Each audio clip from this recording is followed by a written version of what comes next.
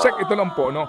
Sa ngayon pa lang po, ano po ang inyong kaisipan? Paano po ang ilalagay niyong provision sa IRR para masiguro na uunahin talaga ng new players na ito yung mga lugar na liblib, yung mga lugar na talagang wala pa pong internet service, mahal ang internet service o masama ang serbisyo? Paano natin po ilalagay yun? Tama. Alam mo, ang provision na yan, hindi naman naiiba yan. Yung mga dating telcos, nagkaroon na sila ng requirement na mag-connect muna dun sa missionary route. So isasama rin namin sa IRR yan na ang prioritize nila dun sa mga area na wala munang service. Wag muna sila dun sa mga areas na may service na. So ganyan po natin i-mandate sa IRR.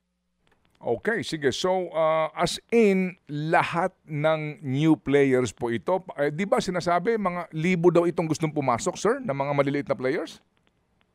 Yung libo, hindi ko nakita yung numero. Pero ngayon, just to be accurate, siguro may mga 20 plus na nagparamdam na. Nagparamdam pa naman. Hindi pa naman sila nagpa-file ng formal. So, 20 yung nagpakita ng interest. Pero alam mo, yung 20, malaking bagay na yan. Depende kasi sa laki ng kumpanya na interesado. So, may mga malalaking kumpanya na gusto nang pumunta. At ang kagandahan naman nito, lininaw ko sa kanila. Sabi ko, alam nyo, ang pinakamababa ang connectivity sa Mindanao. Lahat sila game. O sige, Sek, Mindanao tayo magsisimula.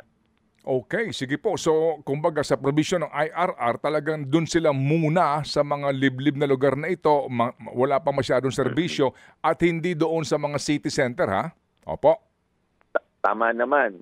Pero yung nasa mga city center naman, isa sa mga provision noong IRR at galing sa batas, i-improve natin yung service. Yung Konektadong Pinoy naman, hindi lang para sa mga bagong operator yan. Kasama dyan yung mga existing na. So yung mga existing na operators at may service dito sa Metro Manila, may mga service level agreements na kailangan tuparin sila.